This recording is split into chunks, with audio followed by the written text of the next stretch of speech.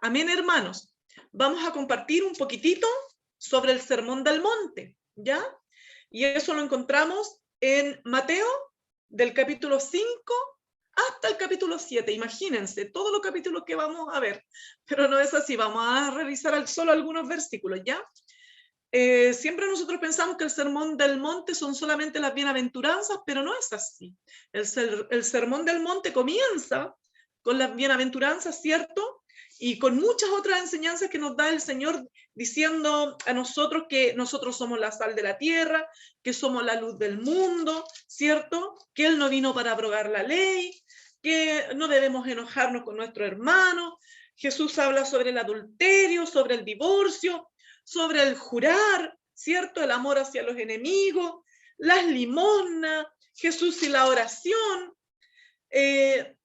Jesús y el ayuno, que no nos hagamos tesoros aquí en la tierra, sino que nos hagamos tesoros en el cielo, ¿cierto? Donde ni la polilla ni el orín corroen, la lámpara del cuerpo, Dios y las riquezas, el afán y la ansiedad, en fin. Cuando ustedes revisen el Sermón del Monte, que comienza en el capítulo 5 y termina, ¿cierto?, en el último versículo del capítulo 7,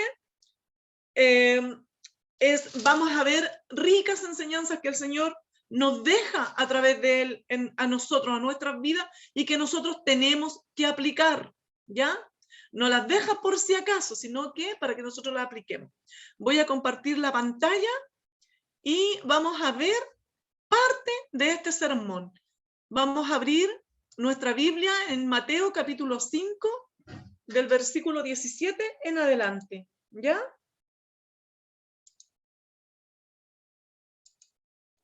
Hermanos, por favor, cualquier aporte, usted abra nomás su micrófono, interrumpa, porque como ya saben, no me gusta mucho hablar sola o mirar solo la pantalla, ¿ya? Espero que ustedes puedan estar participando con nosotros. Amén. Miren, Jesús y la ley. Ese es Mateo capítulo 5, del versículo 17 en adelante. Esos son los versículos a los que nos vamos a enfocar el día de hoy. Miren lo que dice el Señor. No penséis que he venido para abolir la ley o los profetas. No he venido para abolir la ley, ¿ya? Sino para cumplirla. Jesús jamás enseñó, hermanos, nada en contra de la ley de Dios, nada. Él fue perfecto y justo y vivió como Dios manda, diríamos nosotros, ¿cierto? Jesús vivió como Dios manda, como Él quiere que todos nosotros vivamos también. Amén. Miren, ¿cuál es esta ley? ¿Cuál es la ley de Dios? Bueno, la ley de Dios es la instrucción de vida que Dios le dio a su pueblo en el monte Sinaí. Y esta está escrita en los primeros 5 libros de la Biblia, el Pentateuco, desde Génesis, Éxodo, Levítico, Números y Deuteronomio. En hebreo se le llama la Torá, que significa instrucción. Amén. Bueno, como leímos en el PPT anterior, dice que Jesús aclaró que Él no vino para anular esta ley o para abolir la ley, como está escrito, sino que Él cumplió la Torá, poniendo en práctica todas las normas del reino de Dios.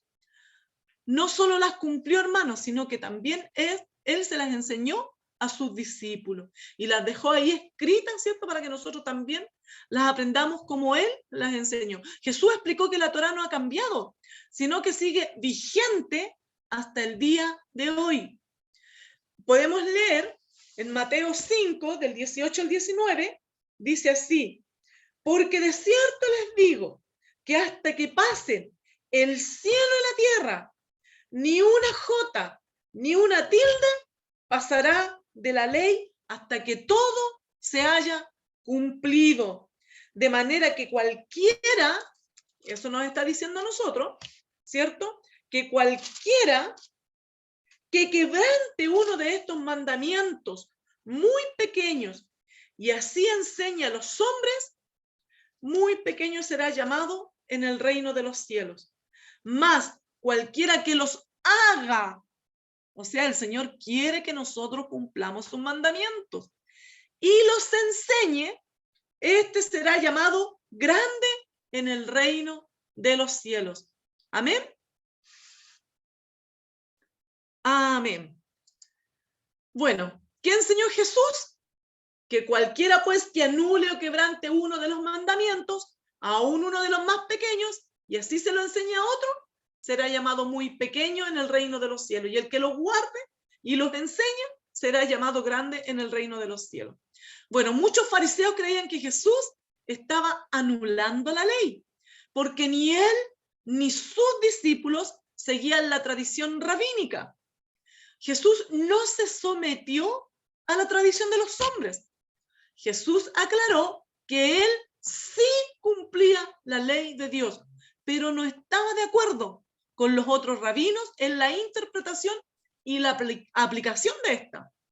Los líderes judíos habían agregado leyes extras a lo que Dios había dado. Ya habían dado su propia interpretación y la habían escrito por ahí, ¿cierto? Y pasó a ser parte de la tradición de los judíos, tales como lavamientos de manos y ciertas prohibiciones en el día de reposo, las cuales no estaban escritas en la Torá. Vamos a ver Mateo, el capítulo 7, del versículo 1 al 13. Bueno, ténganlo abierto porque lo vamos a ir siguiendo. Jesús no siguió ciertas tradiciones religiosas porque eran interpretaciones humanas, no divinas. Jesús a Dios nunca le falló. Amén. Y eso es lo que espera también el Señor de nosotros, que nunca le fallemos. Miren, según la tradición judía, se cree que cada ley de Dios tiene dos lados. El aspecto externo de la ley o la letra de la ley, es decir, las palabras literalmente, ¿ya? Que llevan a definir lo que uno tiene que hacer o evitar. Y el aspecto interno o el espíritu de la ley, es decir, el entendimiento espiritual que refleja la intención, lo que hay en el corazón de Dios cuando entregó esta ley, ¿ya? Pero a continuación Jesús presentó su perspectiva sobre ciertos mandamientos, yendo más allá de la letra de la ley para presentarnos el espíritu de la ley. ¿Saben lo que creían los rabinos en ese tiempo, hermanos? Dice, ellos decían que cuando venga el Mesías, Él les revelará el corazón de la Torá. Y esto es precisamente lo que hizo Jesús en la sección del Sermón del Monte. Él reveló el espíritu de la ley de Dios, lo que realmente Dios quiso decir cuando entregó esta ley. Amén. Vamos a ver. En esta sección aprenderemos que Jesús hace referencia a varios mandamientos de la Torá. Primero, miren lo que menciona el aspecto externo de la ley. Habéis oído. Así empieza cada uno de estos párrafos. Él dice, habéis oído. Y luego comenta sobre el aspecto interno y él dice, pero yo les digo. A simple vista, pareciera que Jesús está contradiciendo la ley, pero no es así. Jesús nos exhorta a ir más allá de la letra de la ley para entender el significado y la aplicación espiritual de la ley, para entender lo que realmente está en el corazón de Dios. Así que la enseñanza de Jesús va mucho más allá que lo obvio. Él enseña que no basta solo con las acciones, hermano, no basta solo con las acciones, sino que para Dios también cuentan las intenciones del corazón. Recuerden que Él conoce nuestro corazón, sabe lo que estamos pensando, lo que estamos sintiendo, y Él sabe con qué intención estamos haciendo ciertas cosas, ¿ya? Así que, ojo con eso. Como decía la hermana Gloria en una clase de escuela dominical, la pista con Jesús como que se nos pone más pesada, porque antiguamente se juzgaban los actos de las personas, pero después de Jesús, cuando Él nos enseña el espíritu de la ley, también, ¿cierto?, son pesados nuestros pensamientos y las intenciones de nuestro corazón. Amén. Así que tenemos que cuidar lo que pensamos y lo que hay aquí dentro de nuestro corazón. Miren, veamos el mandamiento número 1 al que Jesús hace referencia acá. Dice en Mateo 5, del versículo 21 y 22. Ahí tienen abierto en la Biblia, ¿cierto? Dice, oísteis que fue dicho a los antiguos, no matarás, y cualquiera que matare será culpable de juicio. Así dice la ley. Y miren lo que dice Jesús, buscándole el meollo, el tuétano, ¿cierto? La médula. Pero yo les digo que todo aquel que se enoje con su hermano será culpable ante la corte. Y cualquiera que le diga necio a su hermano será culpable delante de la Corte Suprema. Y cualquiera que le diga fatuo o tonto a su hermano quedará expuesto al infierno de fuego. Aquí podemos ver, hermanos, como les decía anteriormente, que Jesús no contradice la ley. Él va más allá de la ley. Va a las intenciones del corazón. Porque si uno se enoja o maldice al prójimo, abre la puerta a la muerte, hermanos. A la muerte. Él nos enseña que no solo debemos evitar caer en asesinato, sino que debemos comenzar por evitar que el odio entre en nuestro corazón.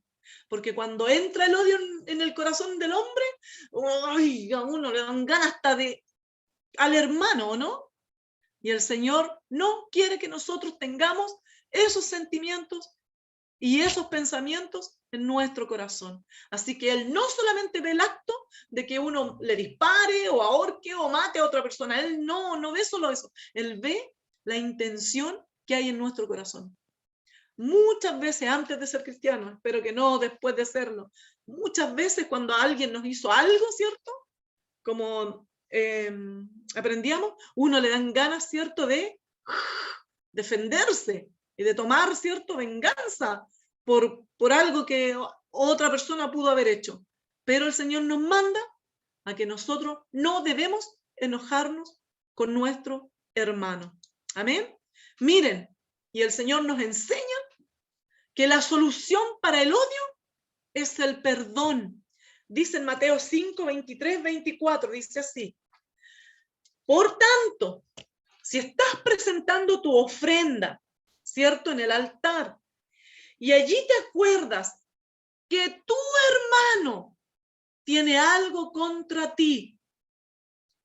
Hermano, no que tú le hiciste algo a tu hermano y por eso tu hermano se enojó contigo y chuta, yo le hice esto a mi hermano, voy a ir a pedirle perdón. No, aquí dice que si nosotros no acordamos, a ver, ¿por qué ya no me saludará la Vero? ¿Por qué ya no me saludará la Sofía? Algo tengo que haber hecho yo para que ella tenga algo contra mí. ¿Qué pude haber hecho que mi hermana tiene ese sentimiento en contra mí? Entonces el Señor aquí nos dice, mira, si te acuerdas que tu hermano tiene algo en contra de ti, por algo, porque no es por nada que el hermano tiene algo en contra nuestra. Siempre hay una razón que nosotros le dimos a lo mejor inconscientemente, hermano. No nos dimos cuenta que le hicimos sentir mal, que, no sé, a lo mejor hablamos mal de él o de ella en algún momento y eso el hermano se enteró y nosotros nos quedamos, fue una conversación nomás y para nosotros no tuvo importancia, pero para el hermano sí tuvo importancia, hermano. Dice el Señor que si nos acordamos que nuestro hermano tiene algo en contra de nosotros, dejemos nuestra ofrenda ahí delante del altar, no la presentemos todavía, que vamos donde nuestro hermano y nos reconciliemos con él primero.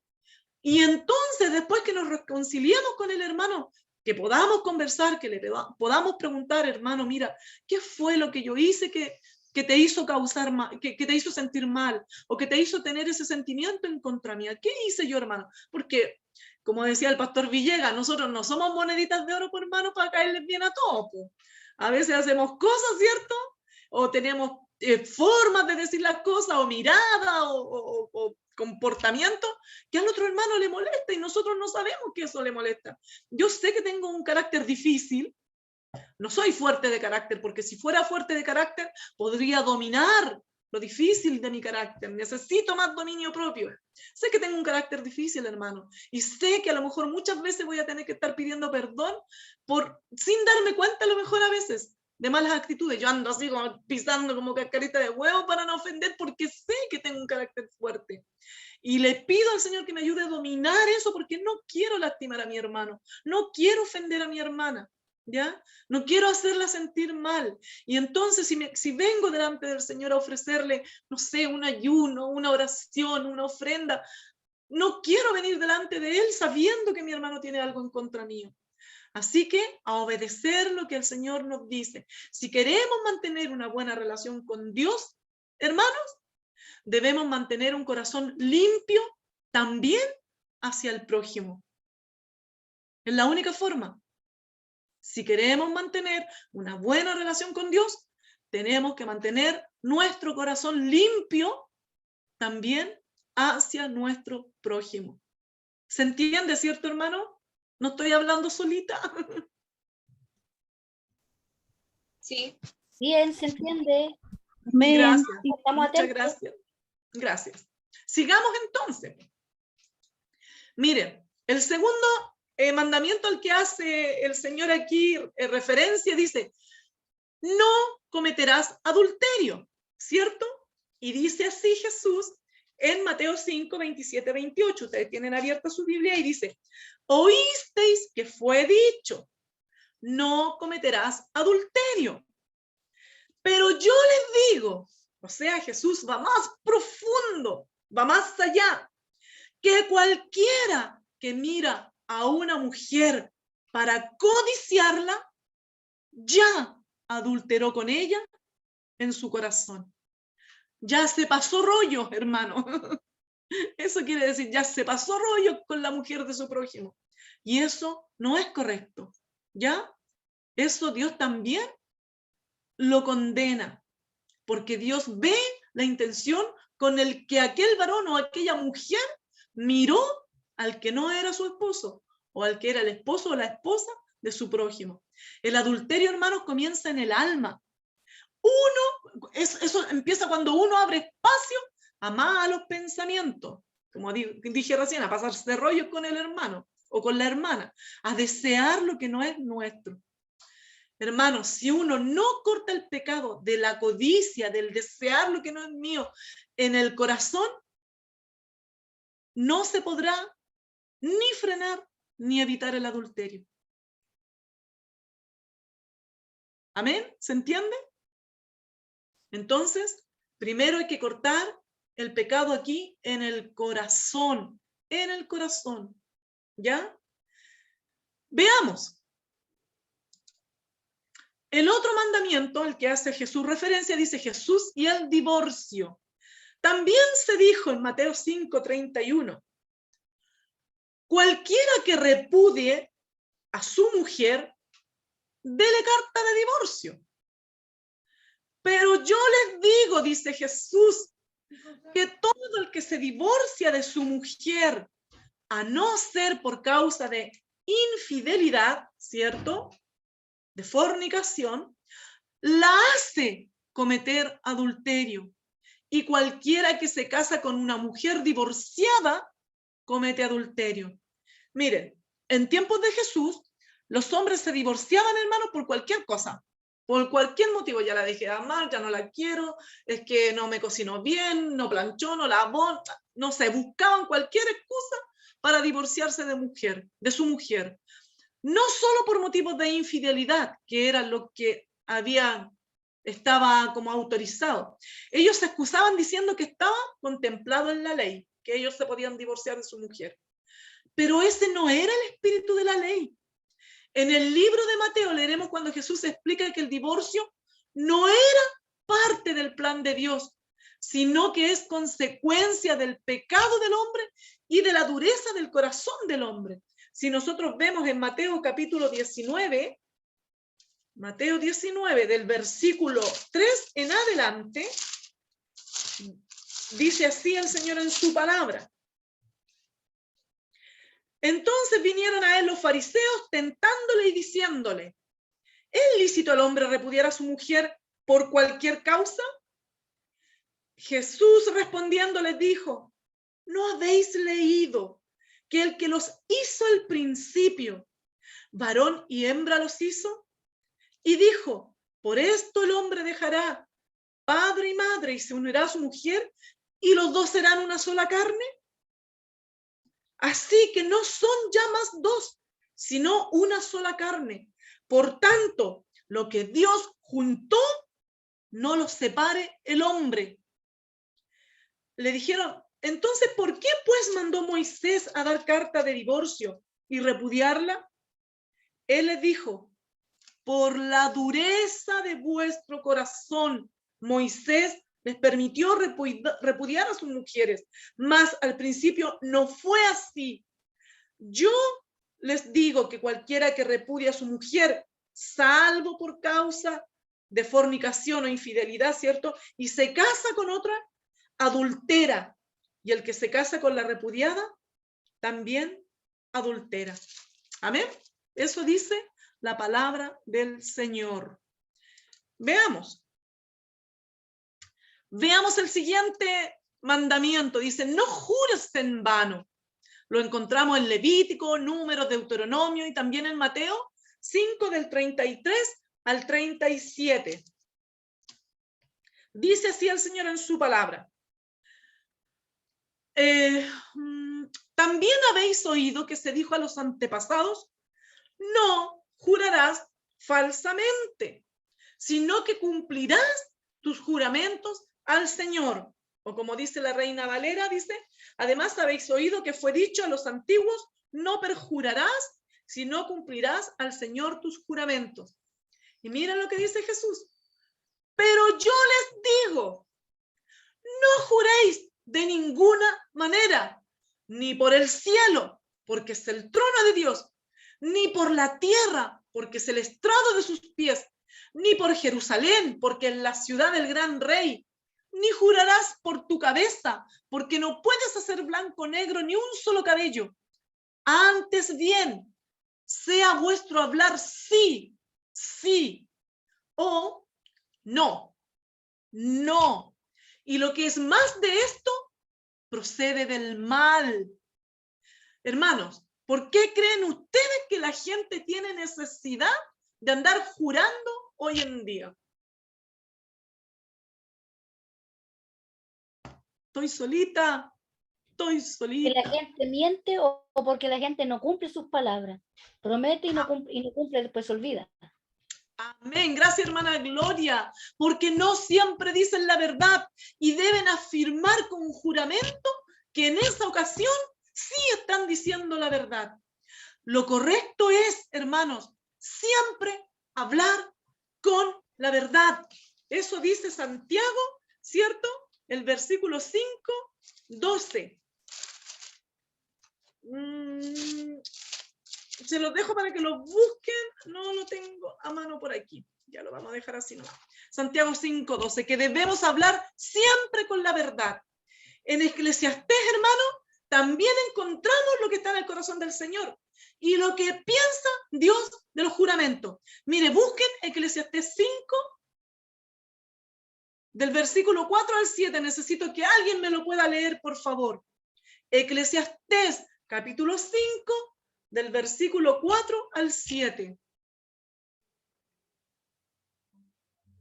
¿Quién dijo amén? Amén. Amén, hermana Eli.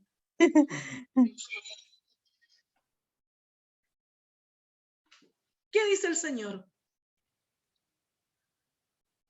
Amén. ¿Nadie encontró Eclesiastés 5, 4, 7? Amén. Amén, hermano Claudio. Usted me lo lee entonces. Cuando a Dios haces promesa, no tardes en cumplirla, porque Él no se complace en los insensatos. Cumple lo que prometes. Mejor es que no prometas y no que prometas y no cumplas. No dejes que tu boca te haga pecar, ni digas delante del ángel que fue ignorancia, porque harás que Dios se enoje a causa de tu voz y que destruya la obra de tus manos. Donde abundan los sueños, también abundan las vanidades y las muchas palabras, mas tú teme a Dios. Amén. Gracias, hermano Claudio. ¿Vieron lo que dice el Señor en su palabra? Confirmando lo que Jesús nos está diciendo. Dice, cuando haces un voto a Dios, no tardes en cumplirlo, porque Él no se complace, no se deleita en los necios. ¿Ah? El voto que nosotros hacemos o la promesa que le hacemos a Dios, cumplámosla. Es mejor que no andemos prometiéndole nada al Señor, ni haciendo votos que no vamos a cumplir. ¿Me entienden? No permitamos que nuestra boca nos haga pecar. Ni digamos después, ay, es que fue un error, me equivoqué. Hermano, ay, es que no sabía que no iba a poder cumplir. Ay, es que no sé, cualquier excusa por esa promesa que hiciste no pudiste cumplir, es mejor que no la hubieses hecho. ¿Ya? ¿Por qué, dice la palabra del Señor? ¿Por qué ha de enojarse Dios a causa de lo que nosotros decimos y destruir las obras de nuestras manos? ¿Por qué? ¿Ya? Porque en los muchos sueños y en las muchas palabras hay vanidades. En cambio, nosotros, hermanos, tengamos cuidado con lo que hablamos. Temamos a Dios. Ojo con lo que vamos a prometer. Si no lo vamos a cumplir, es mejor que tú sí sea sí, que tú no sea no. Punto. Punto. Sigamos, nos queda poquitito. La ley de retribución. ¿Habéis oído que se dijo? Ojo por ojo, diente por diente. Así dice Levítico 19:18. ¿Qué entiende eso cuando uno dice eso? ¿Qué entiende usted, hermano? ¿Qué se está diciendo? Ojo por ojo, diente por diente. Lo que me hagan, te haré. Es como eso. Lo que me haces tú, Amén. yo te devolveré de la misma forma. Amén. Eso es lo que uno entiende, ¿cierto? Pero no es eso lo que quiso decir el Señor. No es eso. ¿Quién quiere opinar?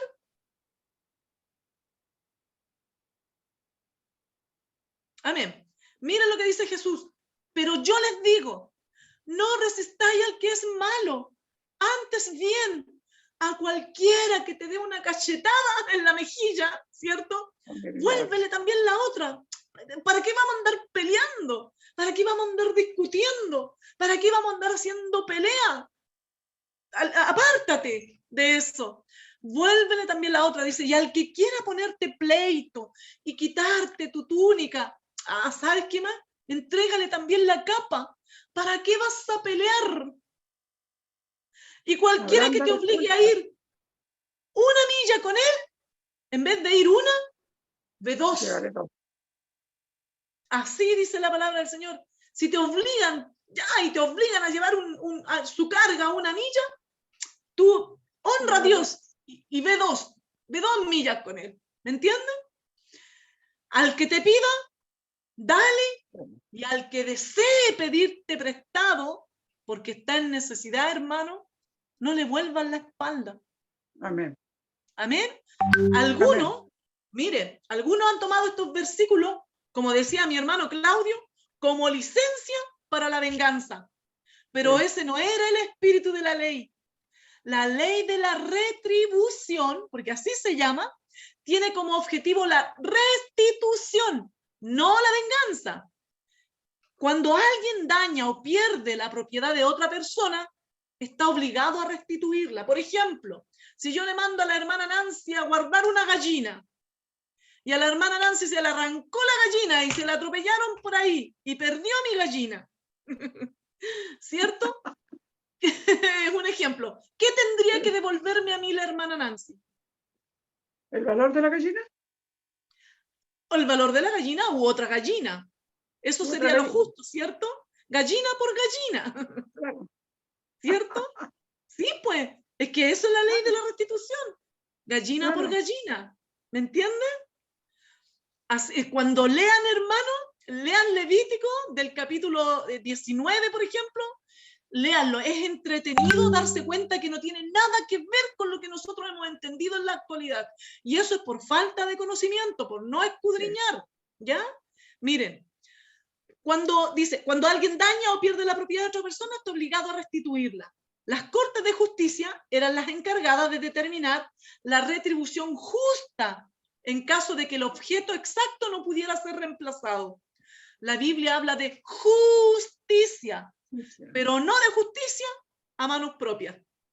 Eso sí que no. Ya los casos tenían que ser llevados a la corte, pero si usted se podía poner de acuerdo con el vecino o con el hermano al que le perdió lo que él le mandó a guardar o a lo que le dañó, lo que sin querer, no sé, le dañó algo, usted se puede poner de acuerdo y restituir, ¿sabe, hermano? Y eso es lo que nosotros no hacemos, hermano. A veces peleamos con algún hermano en la iglesia, hablamos mal y hablamos a todo el mundo, le hablamos mal de esa persona y después nos arrepentimos delante del Señor, lloramos y vamos donde el hermano y le pedimos perdón al hermano por haber hecho eso, pucha, pero resulta que la embarrada ya la dejé porque todos los hermanos saben lo malo que yo hablé de esa persona. ¿Cuál sería lo ideal? ¿Qué sería lo ideal?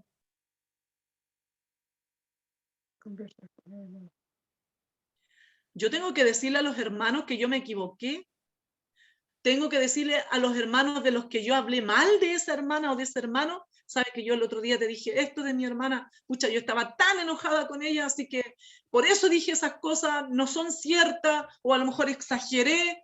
Te pido disculpas, yo ya hablé con ella, le pedí perdón, porque sé que de alguna manera a lo mejor le va a llegar a su oído que yo dije estas cosas de ella y yo no quiero lastimarla, así que por favor, quiero que usted también me pida disculpas por haberla usado de tarro basurero para derramar sobre usted, ¿cierto? Todos mis malos sentimientos, pensamientos que yo tuve en contra de mi hermano. Eso sería lo correcto, ¿no? Restituir el mal que he hecho. Porque cuando nosotros hablamos mal de otra persona, con mucha gente es como una almohada de plumas, ¿cierto? Que la empezamos a sacudir al viento y vuelan y vuelan y vuelan las plumas y después vamos donde nosotros la hermana y le pedimos perdón. Pero ¿y cómo recogemos las plumas que hemos desparramado?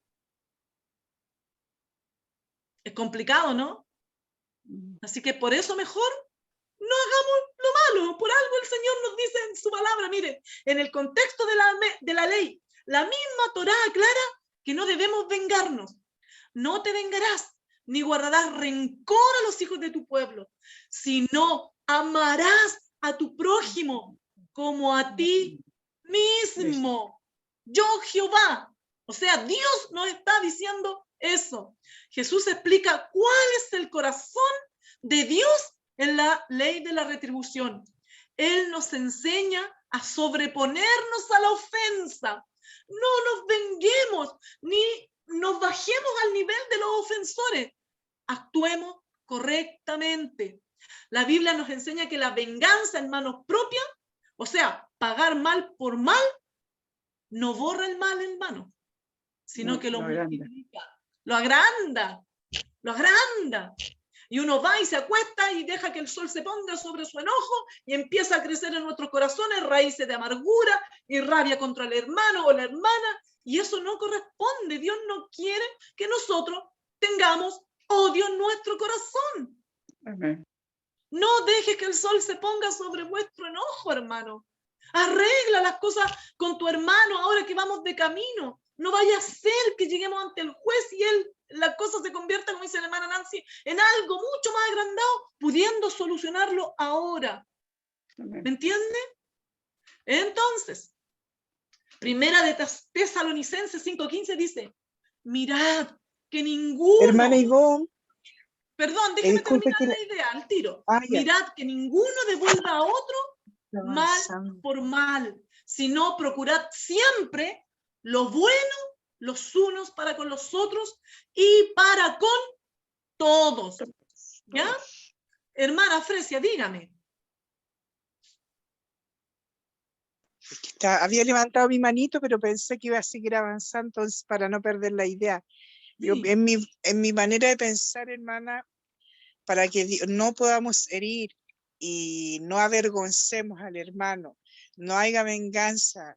Yo pienso que la única forma es cuando uno le abre el corazón a Dios y uno le dice, heme aquí. tú eres mi alfarero. Amén. Pues Uno esa es la se idea. resigna y le y se consagra al Señor. Sabemos que estamos en tierra y somos carne, pero cuando estamos en la disposición, hay una actitud, Dios se agrada de aquello. Amén. Amén. Gracias, hermana Fresia. Miren, vamos a ver el último mandamiento por hoy para que no nos... Uy, ya estamos pasados. El último. Termino, hermano. Miren, dice, amarás al prójimo, Mateo 5:43. ¿Cierto? Ahí tienen abierta su Biblia. ¿Oíste que fue dicho, amarás a tu prójimo y aborrecerás a tu hermano? Ahí dice la Reina Valera, y odiarás a tu enemigo, amarás a tu prójimo y odiarás a tu enemigo. Pero miren lo que dice Jesús, amad a vuestros enemigos y orad por los que os persiguen, para que seáis hijos de vuestro Padre que está en los cielos, porque Él hace salir el sol sobre malos y buenos, y hace llover sobre justos e injustos. Porque si amamos solamente a los que nos aman, dice Jesús, ¿qué recompensa tendremos? ¿No hacen también lo mismo los recaudadores de impuestos, cierto? Los malos. Y si saludáis solamente a vuestros hermanos, ¿qué hacen más que otros? ¿No hacen también lo mismo los gentiles? Por tanto, nosotros, miren la orden que nos da el Señor, porque aquí no nos dice, miren, si ustedes pueden, si ustedes quieren. No, Él dice, por tanto, sed vosotros perfectos como vuestro Padre Celestial es perfecto. El mandamiento de amar al prójimo, hermano, no es exclusivo del Nuevo Testamento. Tiene su origen en la Torá. En Levítico 19:18, cuando ustedes lean, dice, no te vengarás ni guardarás rencor a los hijos de tu pueblo, sino que amarás a tu prójimo como a ti mismo. Yo soy el Señor. Lo que Jesús tuvo que corregir en la última parte que fue agregada por, ¿cierto?, los intérpretes de la ley que le dieron sus propias interpretaciones y lo anotaron por ahí en la orillita y quedó como que Dios hubiese hecho esa ley, pero no fue así. Dice, lo que Jesús tuvo que corregir en la última parte, odiarás a tu enemigo, la cual fue añadida por los fariseos, porque no está en la Torá, en la palabra que el Señor entregó. Todo lo contrario. Un versículo antes en Levítico dice claramente que no debemos odiar. Levítico 19 dice, no odiarás a tu compatriota en tu corazón.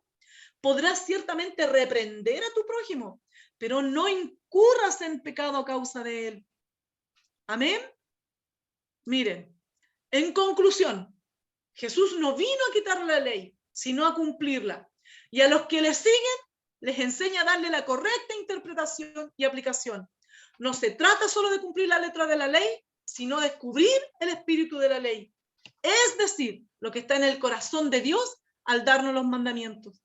Hermano, a veces nosotros como creyentes nos conformamos con un estilo de vida un poquitito mejor que el resto. Tratamos de cumplir algunos de los mandamientos del Señor, lo suficiente para que nosotros mismos nos sintamos bien, pero estamos muy por debajo de la medida que Dios quiere y espera de nosotros.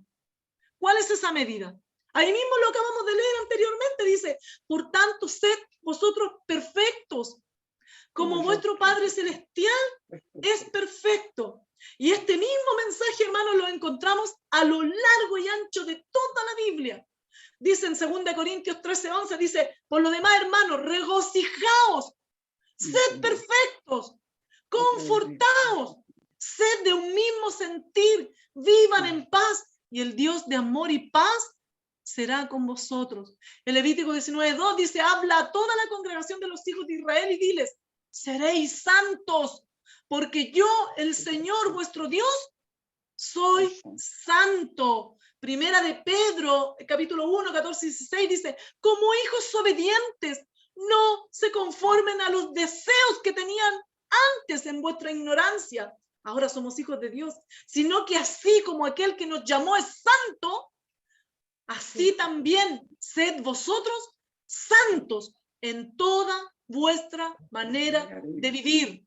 Porque escrito está, sed santos porque yo soy santo. Amén. Santiago 1, 2, 4 dice, tened por sumo gozo, hermanos míos, el que os halléis en diversas pruebas, sabiendo que la prueba de vuestra fe produce paciencia, y que la paciencia tenga su perfecto resultado. ¿Para qué? Para que seáis perfectos y completos, sin que nos falte nada. Hermanos, la medida a la que nosotros debemos apuntar es a ser santos y perfectos. Suena imposible, ¿cierto? Humanamente sí, pero el Señor está aquí en nuestro corazón, Él nos dio su Espíritu Santo para ayudarnos. Él nos va perfeccionando poco a poco si nosotros obedecemos cuando Él habla nuestra vida. Amén. También sabemos que el cambio no se da en algunos de un día para otro. Lo importante, hermano, es que no nos conformemos hasta haber alcanzado la medida de la estatura, de la plenitud de Cristo. Así dice la palabra del Señor. Dice en Efesios 4, 13, 15, hasta que todos lleguemos a la unidad de la fe y del conocimiento pleno del Hijo de Dios, a la condición de un hombre maduro, a la medida de la estatura de la plenitud de Cristo, para que ya no seamos niños, sacudidos por olas y llevados por el viento, por aquí, por allá, ¿cierto? Por todo viento de doctrina, sino por la astucia de los hombres, por las artimañas engañosas del error. No nos dejemos llevar por eso, sino que hablando la verdad en amor, crezcamos en todos los aspectos en aquel que es la cabeza. ¿Quién es nuestra cabeza? Cristo. Cristo es nuestra cabeza. Amén. Amén. Le vamos a dar gracias al Señor y vamos a orar dándole gracias por esta palabra y pidiéndole que Él nos ayude, ¿cierto? Amén. Señor, bendito Padre, en el nombre de Jesús y a través de tu Espíritu Santo, queremos, Señor, que tú nos ayudes a no conformarnos a este siglo, a no conformarnos a este mundo, a las corrientes de este mundo, Señor, sino que seamos transformados por medio de la renovación de nuestro entendimiento, como dice tu palabra, para que nosotros sepamos, Señor, cuál es tu buena voluntad, tu perfecta voluntad. Señor, ayúdanos a ser santos, así como tú eres santo. Enséñanos, Padre, a través de tu palabra a santificarnos, porque así dice tu palabra, santifícalos en tu verdad. Tu palabra, Señor, es la verdad. Mi Dios, ayúdanos para que nos vamos limpiando y sacando todo lo malo de nosotros, Señor. Que aprendamos de esto que tú nos acabas de decir, que no es solamente la acción, sino que es la intención de nuestro corazón, la que tú ves, la que tú miras. Ayúdanos, Señor, para que nuestro corazón y nuestra mente sea transformada y lleguemos, Señor amado, a alcanzar la altura del varón perfecto que eres tú, mi Cristo.